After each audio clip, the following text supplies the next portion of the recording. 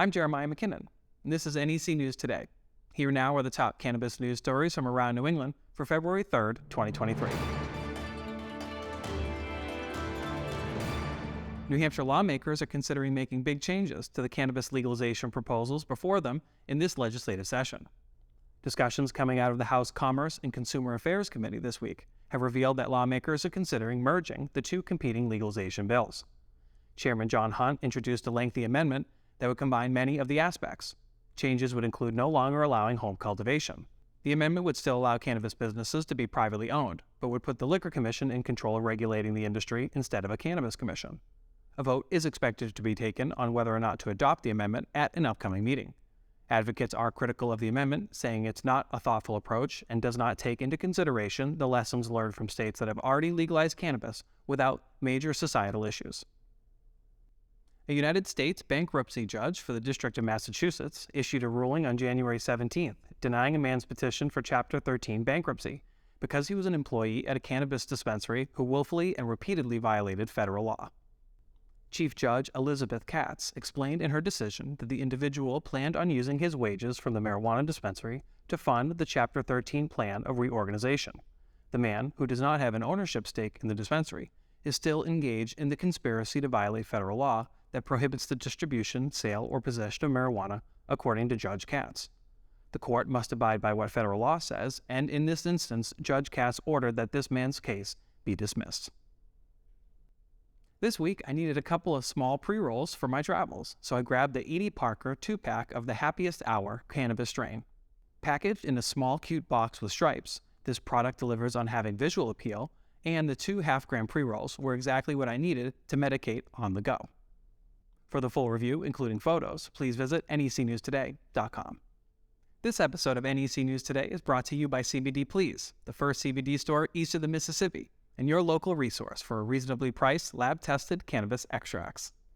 CBD Please was founded in 2014 by Bill Downing, who's been a leader in Massachusetts cannabis law reform since 1990.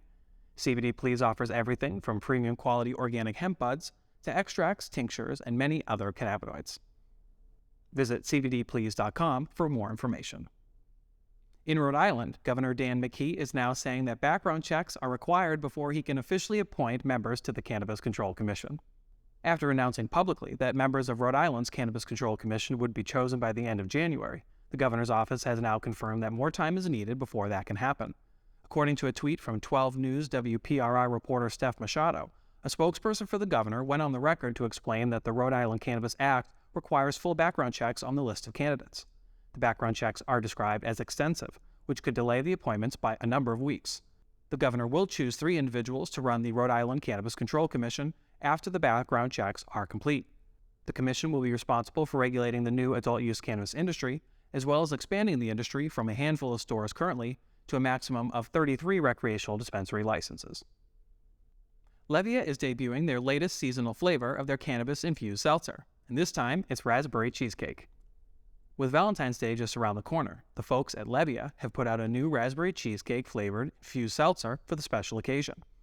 LEVIA quickly became a household name in Massachusetts after launching their line of cannabis-infused seltzers in a variety of flavors. This seasonal release is made with a sativa blend, designed to keep you alert and refreshed. The drink flavor profile includes both cake and tangy raspberry.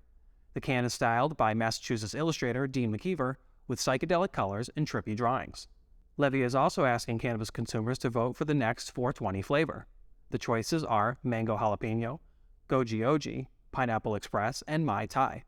After the votes are tallied, LEVIA will announce the winner as part of the next seasonal release. I personally am voting for the Mai Tai flavor. Vermont's adult-use cannabis sales are ramping up, and the state is releasing more data about how much tax revenue has been collected. When recreational sales started in Vermont back in October, there were only a few stores open and a lot of eager customers. The number of dispensaries has risen quickly to over 2 dozen, and Vermont's Agency of Administration has released new figures showing the state is collecting a good amount of tax revenue from cannabis sales. In the first 2 months, recreational dispensaries sold more than $6 million worth of cannabis and cannabis products. November sales of roughly $3.8 million of cannabis represents a 46% increase from October. This has resulted in the state collecting more than $860,000 of taxes in the first 2 months. The Mayor of Northampton, Massachusetts, is refusing to support a recent ordinance passed by the City Council that limits the number of dispensaries that can locate in the city. The Council passed the ordinance with 6 councilors voting in favor and 3 opposed to cap the number of dispensaries at 12. The Mayor of Northampton has vocalized her lack of support by saying publicly that she will not sign the ordinance. Northampton currently holds the record for having the second highest number of cannabis dispensaries in Massachusetts, with 11 dispensaries. It should be noted that the ordinance does contain an exemption for social equity program participants and economic empowerment applicants to seek permission to operate in the city. Last but not least this week, Yale University has announced a new research center to focus on how cannabinoids affect mental health. According to 2 doctors involved with the project, the Yale Center for the Science of Cannabis and Cannabinoids was launched in response to the commercialization of cannabis across the United States. The research will include a multi-pronged and multidisciplinary approach, which will study the acute and chronic effects of cannabis and cannabinoids. With Connecticut having started adult-use cannabis sales in January, the research group wants this new project to become a leading resource in cannabis and mental health data. For the absolute latest New England Cannabis News, head on over to necnewstoday.com and follow us on all your favorite social media platforms. If you're enjoying the show, be sure to like this video. Subscribe to NEC News Today for more great content, and hit the bell icon so you never miss an episode of the show.